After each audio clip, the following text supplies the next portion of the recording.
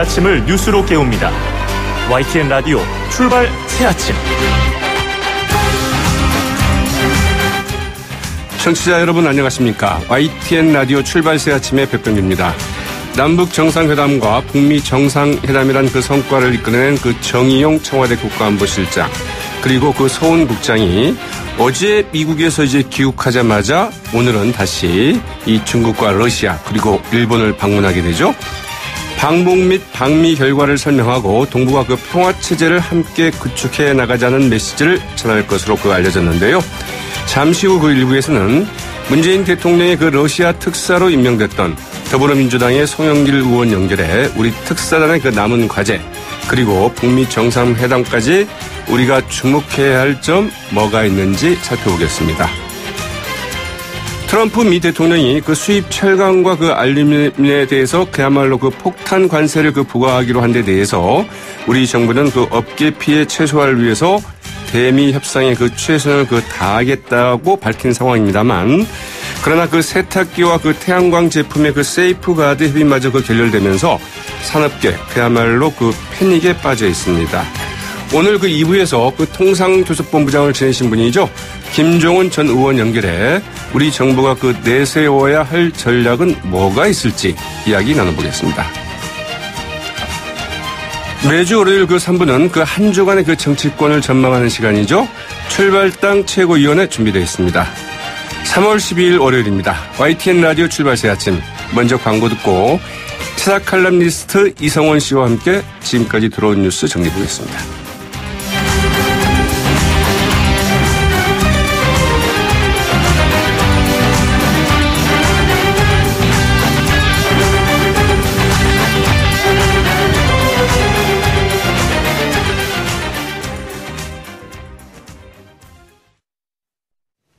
지금까지 들어온 뉴스 이승원 시사 컬럼니스트와 함께 짚어드립니다.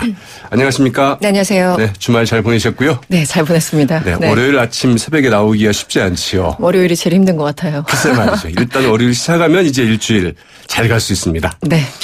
자, 그 2박 4일 일정으로 이 미국 워싱턴을 방문했던 그 정의용 청와대 국가안보실장과 서훈 국가정보원장. 네. 어제 오후 귀국했는데 오늘 다시 이제 중국과 일본으로 떠난다고요? 그렇습니다. 이분들 쉴 시간이 전혀 없어 보입니다. 두 사람 개인적으로 보더라도 아마 지금 이런 순간이 가장 기억에 남을 것 같은데요. 네. 일단 어제 정의용 실장 인천공항을 통해서 귀국을 했습니다. 기자들과 만났는데 이런 얘기를 했습니다.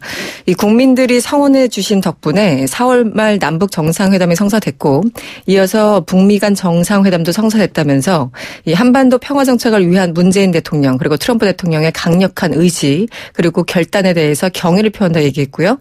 이어서 김정은 국무위원장의 용기 있는 결단도 높이 평가한다고 밝혔습니다. 네. 말씀하신 것처럼 정 실장은 12일부터 13일까지 그러니까 오늘 내일 중국을 방문했다가 아무래도 시진핑 국가주석을 만날 것으로 전해졌고요. 곧바로 러시아로 향해서 15일까지 체류하다가 귀국할 예정입니다.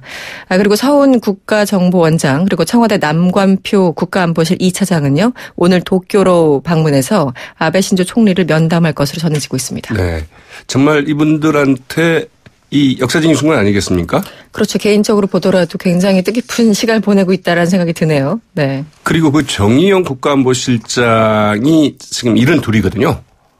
그렇죠. 네, 네 정말 루입장을 좀 과시하고 있다 이렇게 봐도 좀 좋을 것 같아요. 그래서 아무튼 건강에 좀 유의해야 될 것 같아요. 네, 일정이 너무 빡빡해가지고요. 이분들 괜찮으신가 약간 걱정이 되기도 하더라고요. 네. 자, 그 트럼프 미 대통령도 그 북미 정상회담을 앞두고 상당히 고무돼 있는 것 같아요. 그렇습니다. 이 화염과 분노 발언 기억하시죠? 그게 바로 지난해 8월에 있었던 발언입니다. 그런데 그 분위기는 온데간데 없고 굉장히 완벽하게 국면이 전환되고 있는 그런 분위기인데요. 일단 현지 시간 10일 트럼프가 기자들을 만났습니다. 이 북한과의 대화에 대해서 이 북한이 아주 잘해 나가리라고 본다. 엄청난 성공을 거둘 것이다. 이렇게 긍정적으로 평가했습니다. 네. 이어서 펜실베니아 공화당 후보 지원 유세장에 갔는데요. 전임 행정부들과 차별화하는 데 전념했습니다. 특유의 잘난 체가 동원이 됐는데 네. 트럼프는 이런 얘기를 했습니다. 북한 문제는 우리가 가진 최대의 난제다. 남한 인사들이 북한을 갖고 우리는 매우 강한 제재와 그밖에 많은 일을 내가 취임한 첫날부터 지금까지 지속했다고 얘기를 했습니다. 네. 그러면서 또 정의용 실장 등이 자신에게 트럼프 대통령이 없었다면 평창 올림픽은 완전히 실패했을 것이라고 문재인 대통령이 말했다 이렇게 전하면서 그건 맞는 얘기다. 네. 이렇게 덧붙이기도 했네요. 네. 자기 자랑 끊지 않고 있는데. 그렇죠. 자기 자랑하느라고 아주 시간을 많이 낭비했어요. 네. 백악관 인사들과 트럼프 미 행정부가 미처 이 트럼프 미 대통령을 못 따라가고 있는 건 아니냐 이제 이런 얘기가 나오는 것 같아요. 그렇죠. 틸러슨 국무장관도 계속 소외돼 있는 상황이고 모든 것을 트럼프가 일방적으로 혼자 결정하는 게 아닌가라는 생각이 듭니다. 네. 이명박 전 대통령 검찰 소환 앞두고 있는데 검찰 어제 측근 인사들을 대거 소환 조사하지 않았습니까? 네, 그렇습니다. 막바지 보강 수사에 주력하는 그런 모습이었습니다. 서울중앙지검은 주말에도 성정호 청계재단 이사장 그리고 박영준 전 지식경제부 차관 그리고 이 전 대통령의 사위죠. 이상주 삼성전자 전무 등을 피의자 신분으로 불러 조사한 것으로 전해졌습니다. 이들은 2007년 12월 당시 치러진 대선 직전부터 이 전 대통령 재임 기간 중에 수십억 원대 불법 자금 수수 연루 의혹을 받고 있습니다. 네. 일단 송 이사장 같은 경우는 김대중 정부 시절 법무부 장관을 지냈는데요. 이 전 대통령의 친형이죠. 이상득 전 의원을 비롯해서 최시중 전 방통위원장 그리고 천신일 전 회장 등과 함께 이 기업인들로부터 불법 자금을 받는데 관여한 의혹을 받고 있습니다. 네. 그리고 박영준 전 차관 같은 경우는 이상득 전 의원 보좌관으로 출발하지 않았습니까? 네. 그리고 MB 시절 내내 왕 차관으로 불릴 정도로 핵심 인물이었는데요. 역시 조사를 받고 있고요. 사위인 이상주 전무의 경우에는 이팔성 전 우리금융지주 회장이 기업인들로부터 걷어 조성한 22억 5천만 원을 이 전 대통령 측에 넘긴 과정에 관여한 혐의를 역시 받고 있습니다. 네. 사위인 이상주 전무도 어제 소환 조사를 받았다는 그렇습니다. 게 이제 오늘 알려졌죠? 네. 지난달 말에도 한번 받았고요. 이번에 두 번째죠. 네. 더불어민주당이 미투운동 때문에 패닉 상태에 있다고 하는데 지금 패닉 상태인 것 같습니다. 네. 네. 일부 정치인들 이 정면 돌파에 나섰다는 소식이죠? 그렇습니다. 사실관계가 가장 중요한 거니까요. 대표적으로 얼마 전까지 청와대 대변인을 지냈던 박수현 전 의원 충남지사를 이번에 도전하기 위해서 그 대변인직을 내려놨던 분인데 적극적으로 반박을 하고 있습니다.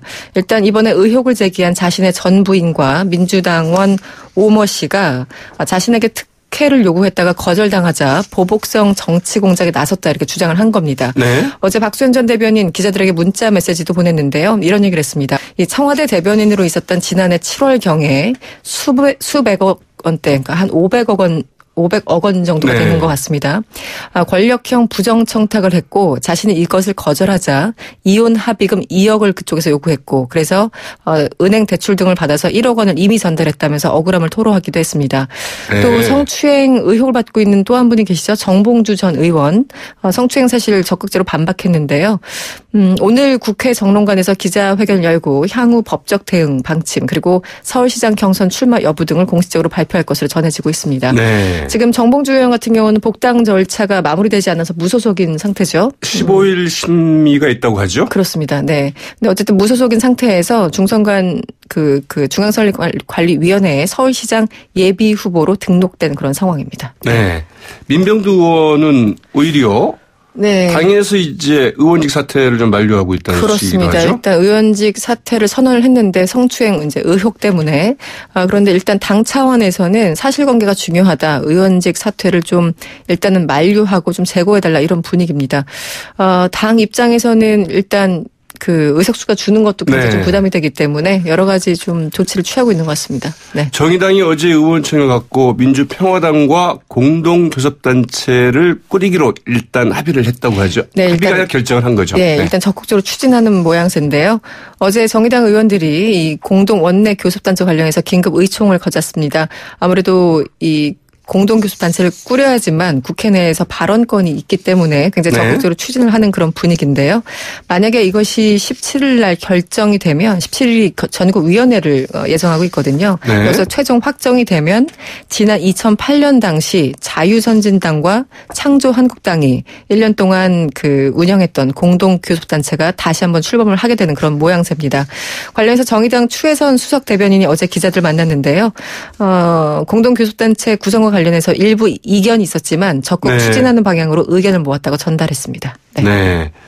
자, 간략하게 5.18 민주화 운동 당시 그 시민에 대한 그 발포 명령을 거부했던 고 안병화 경무관 이 치안감으로 추수되지 않았습니까? 이와 관련해서 그 유족들이 문재인 대통령의 그 고마움을 이제 전했다고요? 그렇습니다. 문 대통령이 자신의 페이스북에 지난 10일 글을 올렸습니다. 국립현충원에서 열린 치안감 추서식을 알리면서 시민들을 적으로 돌린 잔혹한 시절이었지만 안 치안감으로 인해 우리는 희망의 끈을 놓지 않을 수 있었다고 얘기했습니다. 당시 안병화 치안감은 발포 명령 거부로 전두환 계엄사령부에 의해서 모진 고문을 당한 바가 있었습니다. 네, 안병화 치안감은 1980년 5.18 광주 민주화 운동 때 전남 도경 경찰청장을 하셨던 분이죠? 그렇습니다. 네. 오늘 말씀 고맙습니다. 고맙습니다. 지금까지 이승원 시사칼럼니스트였습니다.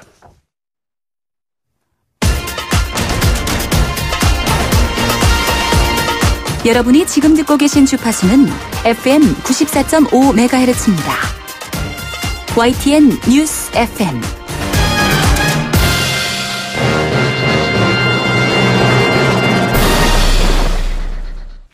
일정이 아직 확정되지는 않았습니다만 5월 북미 정상회담까지 대략 2달여 정도의 시간이 남아있죠.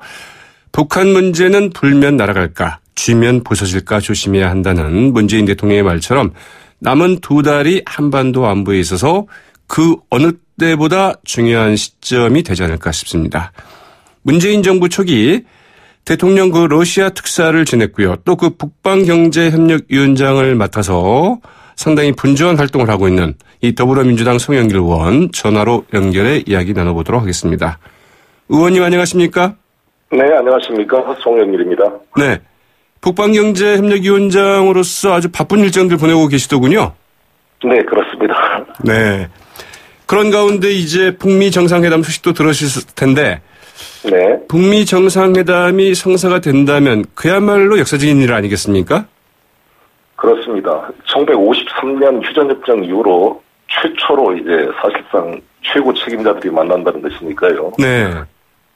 우리 한반도의 정세를 근본적으로 변화시키는 중대한 계기가 될 걸로 생각합니다. 정의용 국가안보실장과 서훈 국정원장이 미국에 갔을 때 북한의 별도의 메시지를 이제 갖고 갔다 이렇게 이야기가 나오지 않았습니까? 네. 그때 북미 정상회담을 제안할 것이다. 예상을 좀 했었는지요? 그렇게 되지 않을까 싶었는데 사실 그때 바로 될 거라고 보면 저도 깜짝 놀랐습니다. 사실 장기 목표가 그렇게 될 수밖에 없다 이렇게 봤지만 바로 또 그 즉석에서 트럼프 대통령이 이거를 수용해낸 것을 보고 과연 문재인 대통령께서 일관되게 트럼프 대통령이 이 역사적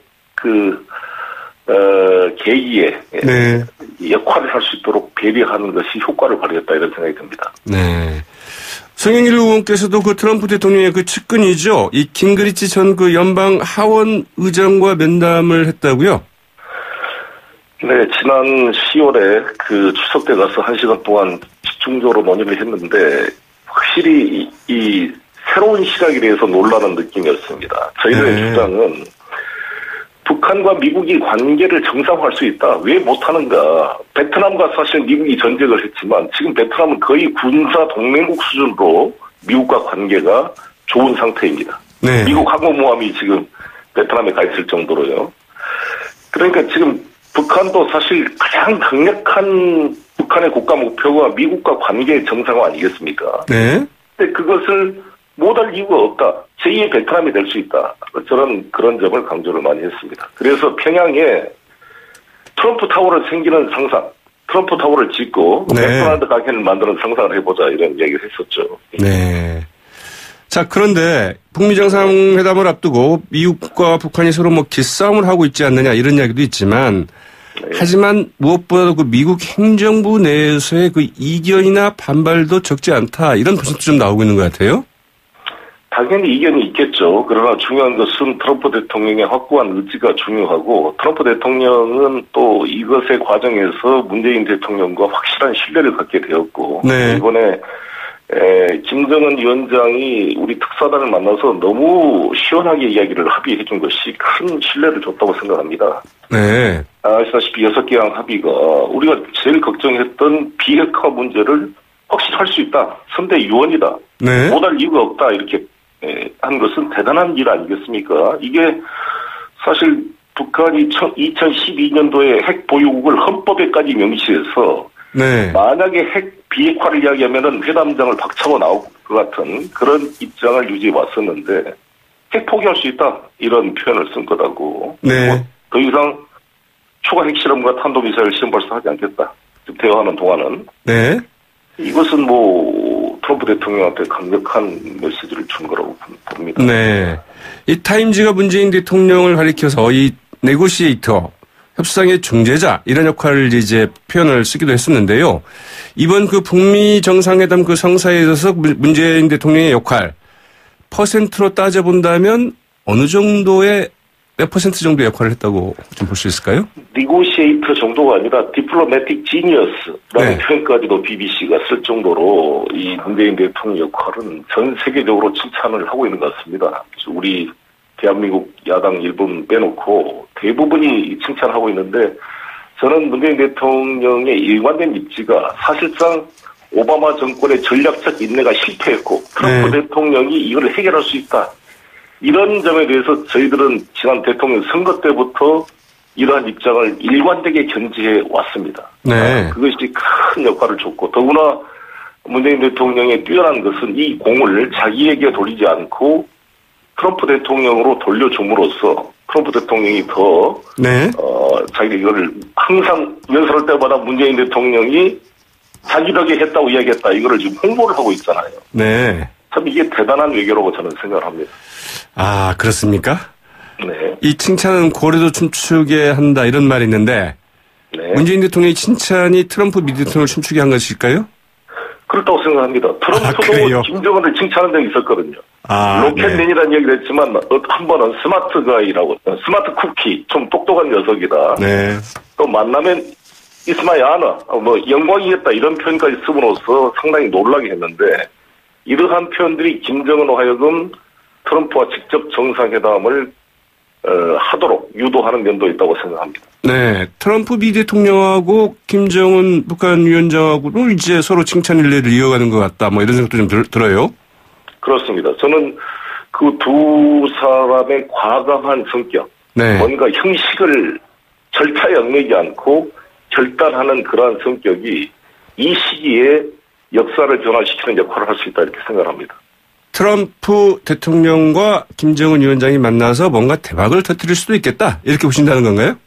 그렇습니다. 그렇게 될 수밖에 없는 게 조건이 북한이 ICBM을 개발한다는 것은 미국 네. 입장에서는 전 세계에서 자신의 적대 국가가 미국 본토에 대륙간 핵탄도미사일을 쏠 수 있는 나라가 되는 것입니다. 이것은 미국으로서는 용납할 수 없는 일이고 그렇죠. 전쟁으로 해결하든지 타협하든지 둘 중에 하나입니다. 네. 그래서 지금 북미 정상회담이 된 것은 두 개의 ICBM 개발이라는 요소가 지난번과 다른 요소가 발생한 것이고요. 북 입장에서도 핵경제 병진 노선을 추진하려면 네. 도저히 이 경제 제재 때문에 지금 인민들 생활이 견딜 수가 없는 상황이 된 것입니다. 막바지에 네. 몰린 것입니다. 이 경제를 살려야 되고 양측의 그런 이해가 맞아 떨어졌기 때문에 전환이 상호간에 필요했다 이렇게 생각이 들고요. 네. 트럼프 대통령은 지금 탄핵 위기와 11월 중간 선거 그리고 여러 가지 그런 위협의 재선 또 준비도 해야 되고요. 이러한 유일한 돌파구는 저는 북미 정상회담 성공을 통한 북핵 문제 해결이다. 이 점을 트럼프 측근들에게 만날 때마다 저도 강조를 해왔습니다. 네. 자, 이 북미 정상회담에 대해서 비관적이거나 아니면 약간 부정적인 의견을 갖고 계신 분들이 한결같이 지적하는 게 북한이 과연 비핵화 진정성을 갖고 있느냐 이런 점 아니겠습니까? 네. 북한이 핵폐기 즉 안전하고 검증 가능하며 돌이킬 수 없는 핵폐기, 이 CVID라고 하잖아요. 이게 아니라 혹여 핵 동결선에서 어떻게 해보려 하는 것 아니겠느냐. 이런 관점도 있는데 어떻게 생각하시는지요? 저는 두 가지가 같이 맞물려 있다고 생각합니다. 네. CVI 완전히 CVID라고, 네. 완전하고 검증 가능하며 돌이킬 수 없는 핵폐기죠. 네. 그러니까 CVID에 대해서 북한은 CVIG를 바라고 있다고 봅니다. 아, 네. 그러니까 completely verifiable, irreversible, guarantee를 해달라. 자신의 체제를 보장해달라. CVIG가 북한의 목표라면 우리나라 네. 미국의 목표는 CVID가 목표인 거죠. 저는 두 가지의 상호 목표가 상호 교환될 수 있도록 만들어내는 것이 북미 정상회담이다 이렇게 생각합니다. 네. 지금 그 CVIG라는 말은 송영길 의원이 처음 쓰신 건가요? 그렇습니다. 저는 이번에 이야기했던 게 네. 북한 입장에서는 체제 보장을 해달라는 거 아니겠습니까? 이것은 1991년 남북 기본 합의서 유엔 동시 가입할 때 우리 네. 대한민국이 중국과 소련과 국교를 수립했는데 북한은 일본과 미국과 국교를 수립하지 못하고 완전히 고립됐습니다. 네. 92년도에 김용순을 보내서 대비 교섭을 했는데 미국이 북한이 곧 망할 거라고 생각하고 거절한 거죠. 그래서 네. 북한 입장에서는 죽을 고생을 하고 핵을 개발해야 자기들이 인정을 받겠구나 생각해서 그때부터 핵 개발이 가속화된 겁니다. 네. 자, 이 그러니까 자신들을 네. 진정하게 대우해달라는 거 아니겠어요? 그렇죠. 그래서 저는 CVIG와 CVID 간에 네. 저는 딜이 가능하다 이렇게 생각합니다. 자, 이 CVID와 CVIG를 좀 교환하자. 이 좋은 이야기인데요. 네. 이제 북한이 요구하고 있는 게 그 체제 안전보장 아니겠습니까? 그리고 그렇습니다. 한반도의 비핵화인데 네. 여기에는 그 미국의 해구산 철폐랄까 아니면 그 주한미군 철수까지 북한이 목표로 하고 있는 건 아니겠느냐? 이런 지적도 많이 나오고 있습니다. 그렇지 않습니다. 이미 북은 주한미군 존재를 용인하고 있고요. 평화협정 체결로 가능하다고 봅니다. 네. 주한미군 철수 없는 평화협정. 우리 보수적인 분들이 항상 비판하기를 평화협정은 적과 통일의 노림수다. 평화협정을 통해서 주한미군을 철수시키고 결국 북한이 침략에 올 것이다. 이러한 시나리오를 말씀하시는데 네. 북은 이미 미국과의 거의 동맹국 수준의 그러한 전략적 변환도 가능할 수 있다고 봅니다. 네. 좀 다른 이야기 하나만 좀 짧게 좀. 네. 북한이 친미국가가 될 수가 있고 주한미군 존재를 이미 용인하고 있습니다. 네, 알겠습니다. 북미 관계가 정서가 된다고 한다면요. 네. 자, 이런 이야기 하다가 갑자기 화제를 좀 바꾸는 것 같긴 합니다만 네. 이 당내 이야기 하나 짧게 여쭙겠습니다. 네. 민병두 의원이 그 의원직 사퇴 입장을 밝혔습니다만은 그 당내 지도부에서는 이를 좀 만류하고 있는 것으로 알려지고 있는데요. 네. 이 부분 좀 어떻게 생각하고 계시는지요? 저도 이게 사실관계가 밝혀지고 이 국회의원 자리는 그냥 버릴 수 있는 관계가 아니라 이 헌법기관으로서 유권자와 약속이기도 하기 때문에 당 입장에서는 이 재고를 요청하고 있습니다. 네. 저도 같은 생각입니다. 그리고 이 미투 폭로 정치권에 큰 파장을 좀 불러오고 있는데 주로 더불어민주당에만 좀 집중되고 있어요. 이 부분은 또 어떻게 생각하시는지요? 글쎄요. 웃을 수밖에 없나요? 뭔가 네. 균형이 필요하다고 생각합니다. 예. 아, 그래요. 네. 네. 이 미투 문제를 이 정치적으로 악용돼서는 안 되는 문제이고 정말 네. 이것은 인권의 문제, 어떤 우리 사회의 그런 문화의 변화의 계기로 만들어야 된다고 생각합니다. 네. 오늘 말씀 고맙습니다. 네, 감사합니다. 지금까지 더불어민주당의 송영길 의원이었습니다. 네. 지금까지 YTN 라디오 출발 새 아침 1부 순서 여기까지고요. 저는 잠시 후 2부에 찾아뵙겠습니다. 소통의 아침을 여는 공정한 목소리 YTN 라디오 출발 새 아침. YTN 라디오 출발 새 아침 2부 순서 시작할 텐데요. 먼저 광고 듣고 오시겠습니다. 트럼프 대통령이 그 수입산 철강과 알루미늄에 고율의 관세를 부과하는 방안에 서명하면서 관세 폭탄을 이제 우리도 맞게 됐는데요. 오는 23일부터 시행이 되죠. 캐나다와 멕시코, 호주는 관세 부과가 면제됐지만 한국은 아직 그 면제 대상에 포함되지 않았습니다. 하지만 기회가 아예 없는 것은 아닙니다. 관세 부과 조치가 시행되는 게 그 23일이죠. 앞으로 10하루가 남아있는데요. 미국과 협의할 수 있는 기회가 그만큼 남아있다고 볼 수 있겠죠. 정부의 그 대미 통상 외교 결국 그 시험대에 올랐는데 과연 우리 정부 어떻게 대응해야 할지 김정은 전 외교통상부 통상교섭본부장 연결해서 자세한 이야기 들어보도록 하겠습니다. 안녕하십니까? 예, 반갑습니다. 네. 요즘도 바쁘신 나날 보내고 계시는지요? 예, 잘 지내고 있습니다. 고맙습니다. 네. 자, 먼저 미국이 우리 정부의 그 세탁기와 그 태양광 제품에 대해서 세이프가드 그 철회 요청을 결국 받아들이지 않았잖아요. 네. 피해 보상 요청도 거의 수용하지 않았고, 어떻게 예상했던 대로 그 결과가 나온 건가요? 예, 처리할 것 같으면 처음부터 하질 않았겠죠. 네. 우선 WTO 세이프가드의 큰 얼개를 보면, 수입을 하는 나라가 이 수입 때문에 심각한 피해가 있다. 이러면 수입은 긴급하게 제한을 할 수 있도록 돼 있고. 네. 그걸 하면은 보상에 관해서 협의할 수 있다. 이렇게 돼 있어요. 아, 그래요? 네. 예. 꼭 보상이 의무화되어 있는 건 아니죠. 네. 협의가 잘 되면 할 수 있는데 협의가 잘 안 된 것 같고. 그러면 이제 수출국에서는 거기에 대해서 상응하게 쉽게 말씀드리면 보복 조치를 할 수 있는 거죠. 네. 근데 그 보복 조치도 요건이 있습니다. 그냥 막무가내로 하는 게 아니고. 네. 그것도 잘 안 되고 하면은 결국 이제 분쟁 해결 절차에 따라서 제소를 하는 이런 단계가 큰 얼개인데요. 네. 그 안에 미국 우선주의 이렇게 해서 들고 나오는 걸 보면 미국은 이 다자주의의 전형이라고 생각되는 WTO의 개반 절차를 그 정신이나 그런 것들을 전반적으로 존중하고 가겠다는 생각이 많이 희석이 되어 있는 것 같습니다. 네. 예. 자, 그래서 네. 그런 배경에서 WTO 절차 그런 거 있다고는 알고 있는데 네. 꼭히 그렇게 지키고 싶지 않다. 이런 생각이 강한 것 같아요. 김정은 전 의원께서는 이제 지난번 저희 방송에서 우리 정부가 WTO에 제소하기로 한 것은 좀 잘한 것이다 이렇게 말씀하셨는데요. 네. 여전히 같은 생각이신지요? 예, 그렇습니다. WTO 제소는 늘 마지막 카드로 버릴 필요가 없는 거죠. 늘 갖고 네. 있어야 되고 또 우리가 보상 협의가 안 되고 하더라도 이거 나중에 WTO 제소할 경우에 대비한 여러 가지 절차적인 정당성을 축적해 나가는 건 필요하죠. 네. 그러나 실효성이 있겠느냐 이런 지적도 있는 것 같아요. 그렇습니다. 실효성이 좀 시간이 많이 걸리고 하더라도 네. 그게 어떤 국제적인 여론의 압박이 되고 미국 입장에서는 그걸 애써 외면한다 하더라도 상당히 부담은 될 겁니다. 네. 이 말씀하신 것처럼 이 트럼프 미 대통령의 미국 퍼스트 정책 그래서 네. 통상 압박 수위도 당연히 높아질 것이다 이렇게 예상은 됐습니다만 네. 세탁기, 태양광 그리고 이제 철광과 알루미늄 제품에 대한 관세 부과까지 예. 어떻게 보고 계시는지요?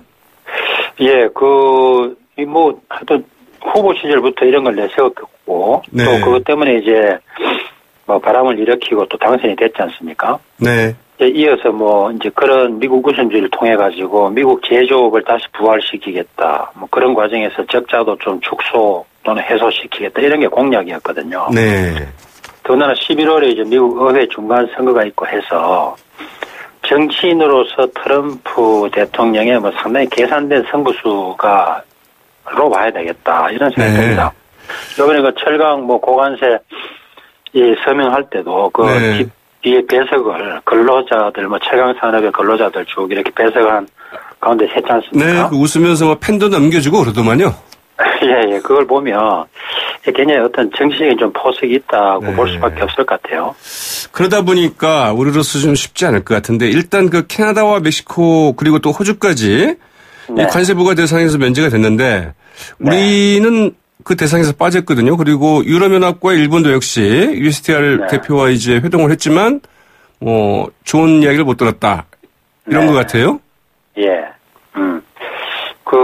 카나다, 멕시코는 지금 나프타 협상을 하고 있어서 네. 이걸 완전히 빼준 게 아니고 그 협상 돼가는 거 보고 조건부로 넣을지 말지 최종 결정하겠다 이렇게 돼 있는 거지 않습니까? 네. 이게 굉장히 좀 뭐랄까요.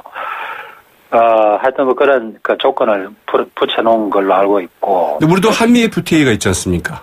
그러니까 거기에 좀 압박 수단으로 쓰겠다는 생각을 하는 것 같아요. 네. 그다음에 우리는 사실은 앞에 뭐 카나다나 브라질이 우리보다 많이 대미 철강 수출을 합니다만은 그 나라들은 미국 국내의 생산이 상당히 많이 있어요. 네. 미국에 투자한 그 카나다나 브라질의 그 철강 공장들이죠. 네. 우리도 뭐 있습니다만 우리보다 물량이 훨씬 많거든요. 그래서 보다 보면 우리가 실제로는 미국의 수출을 실제적으로 제일 많이 하는 나라입니다. 아, 그래요? 네. 예. 그다음 원래는 3위도 있는데요. 네. 예. 근데 앞에 있는 카나다나 브라질은 그 현지 생산이 많이 있습니다. 네.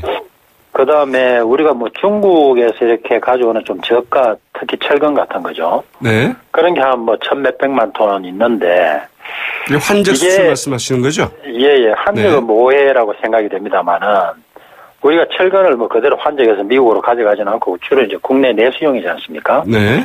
근데 미국의 시각은 철강이라 하면 이게 세계적으로 공급 과잉이고 공급 과잉의 제일 장본인이 중국인데 네.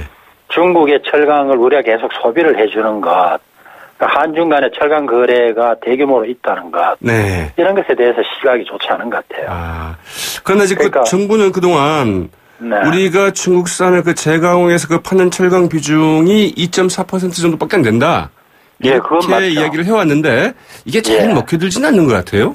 예, 그거 뭐 수출로만 따지면 그 숫자는 맞을 텐데요. 네. 이게 공급 과잉이라는 원초적인 문제로 이제 짚고 들어가면은 소위 중국의 철강 산업을 지금 저 형태대로 가만히 둬야 되느냐. 네. 근데 그 공급 과잉을 계속 방조하는 나라들이 있다면 이제 이런 시각인 거죠. 네. 그런 부분은 우리가 조금 앞으로 어떻게 할 거냐는 거에 대한 좀 전략이 좀 나와야 될 것 같아요. 네. 네. 김현종 통상교섭본부장이 지난달 25일부터 거의 뭐 미국에서 살다시피 하면서 네. 협의를 좀 진행해 왔지만 그리고 이제 어젠가 뭐 귀국을 한 것 같아요. 그러나 이제 그 좋은 성과를 좀 가져오지 못하지 않았습니까? 그러면서 김현종 그 통상교섭본부장의 그 통상 외교에 좀 한계가 드러난 것 아니냐 이런 지적도 나오고 있는데 어떻게 보시는지요? 예, 뭐 열심히 하고 계시니까 더 이렇게 좀 잘 하시도록 격려를 하는 게 맞을 것 같고요. 네. 근데 뭐 통상 외교든 안보 외교든 갑자기 한다고 뭐 효과 나오는 건 아니지 않습니까? 네. 평소에 좀 대화 채널을 유지를 하고 관리를 하고 해야 되는데 특히 아웃리치란 말을 요즘 많이 쓰는데요. 그러게요. 네. 아웃리치는 1대1로 만나서 당사자하고 이야기하는 다이얼로그나 뭐 커뮤니케이션하고는 달리 네. 아주 광범위하게 많은 사람에게 여론을 확산한다 이런 뜻이거든요. 네.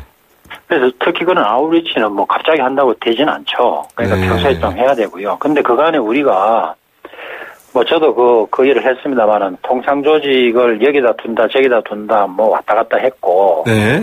또 조직도 뭐 만들었다 없앴다 새로 만들었다 이러니까 그런 과정에서 조금 그 대외적인 접촉의 노력이 조금 등한시된 듯한 그런 아쉬움이 있습니다. 네. 네. 지속적이고 광범위한 이런 평소의 전략과 전술이 필요하다 이런 이야기군요. 예. 네.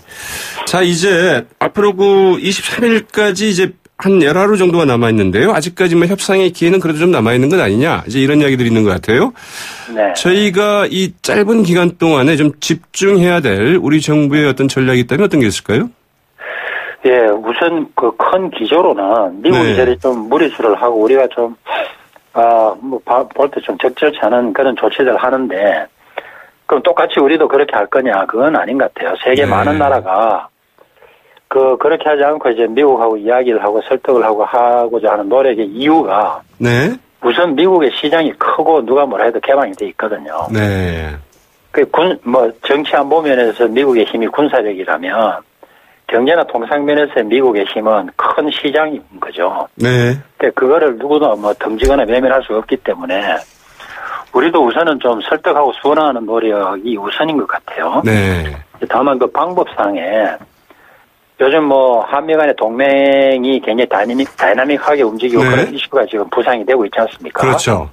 예, 그거 적절히 활용을 하고 그다음에 아까 말씀드린 그 중국하고의 철강 거래, 네. 또 환적에 대한 오해 이런 거를 좀 불식하고 앞으로 어떻게 하겠다는 그런 그 전망이 좀 나와지면은 네. 굉장히 도움이 되겠다 그런 생각입니다. 그 말씀하신 것처럼 정의용 국가안보실장이 이제 그 맥메스터 이 백악관 국가안보보좌관 그리고 그 매티스 미 국방장관을 만나서 네. 이 문제 좀 잘 봐달라 이렇게 이야기를 했는데 네. 이 맥메스터 국가안보보좌관이나 매티스 미 국방장관은 이제 통상 쪽은 아니잖아요. 이 안보관계 그렇죠. 쪽에 얘기를 해서 이게 좀 통할 수 있을지 모르겠네요. 뭐 이게 철강이라는 게 뭐 어떤 특정한 품목이긴 합니다만은 네. 그걸 서명한 것은 이제 미국의 대통령이고요. 이게 한 품목이긴 하지만 대통령이 나서게 되면 이거는 내셔널 어젠다죠. 네. 대통령의 어떤 큰 국정의 관리 차원에서 이게 딱 나온 이슈가 됐기 때문에 이게 대통령의 어젠다가 되고 내셔널 어젠다가 되면 네. 뭐 안보 따로 통상 따로 그런 건 아니죠. 네. 다 할 역할이 있습니다. 근데 사실 이제 네. 예, 한 10여 년 전에 뭐 한 7, 8년 전에 한미 FTA가 타결될 때도 네. 뭐 통상 협상은 협상 담당자들이 했습니다만은 최종적으로 타결될 때는 네. 그 통상 분야 아닌 여러 분야의 그 장관급 인사들이 자기 할 역할들을 했었죠. 네. 네. 결국 그 이달 중순에 좀 예정되어 있는 그 한미 FTA 그 3차 개정 협상 여기에도 네. 상당히 영향을 미칠 수밖에 없다 이렇게 봐야 되겠네요. 뭐 미국이 그런 그 전략을 하겠죠. 지금 뭐 카나다하고 멕시코를 뺐다 넣었다 뭐 이런 조건을 네, 하는 걸 보면. 예. 그래서 이제 우리 대표팀이 대응하기가 참 쉽지 않겠다 이런 생각이 드는데 어떻게 해야 될까요? 뭐 제가 협상장 안에 있는 사람이 아니라 네. 지나치게 이렇게 추측을 하기는 조심스러운데요. 아마 1차, 2차 협상하고 지금 이제 뭐 3월 안에 3차 협상 한다는 거지 않습니까? 그렇죠. 지금 이 정도 되면은 아마 미국의 요구는 대부분 우리한테 뭐 전달되거나 드러나 있을 걸로 생각되고요. 네. 그럼 우리도 나름대로 계산이 있을 겁니다. 뭐 네. 이거는 이렇게 받고 이거는 이렇게 안 되고 하는 뭐 여러 가지 주고받고 식의 계산을 말은 못해도 하고 있겠죠. 네. 자, 우리 그 정치권이 주변에서 이런 상황에서 이 통상교수팀 협상팀에게 힘을 실어줄 수 있는 방안들이 좀 있을까요? 글쎄요, 아까 말씀드린 대로, 네. 지금, 우선 면제를 좀 받아보자 해가지고 정경련도 나서고, 어제는 보니까 또 경제부총리께서도 사안을 보내고 했더라고요. 네. 뭐 그런 노력들을 좀 전반적으로 도와줄 수 있는, 네. 그래서 지금은 뭐 국가적으로 이게 화급한 불을 좀 꺼야 되니까, 네. 각자가 할 수 있는 역할을 좀 하는 게 맞고, 그 다음에 나중에는 아까 말씀드린 대로 좀 평소에 네. 통상외교를 할 수 있는 그런 그 조직이나 뭐 이 정부의 운영 형태 뭐 이런 것들에 대해서 좀 뭐 개선의 방법을 모색하는 네. 것이 필요하겠다 생각됩니다. 네. 오늘 말씀 고맙습니다. 예, 감사합니다. 지금까지 김정은 전 외교통상부 통상교섭본부장이었습니다. YTN 라디오 출발새 아침 2부 순서는 여기까지고요. 저는 잠시 후 3부에 다시 찾아오겠습니다.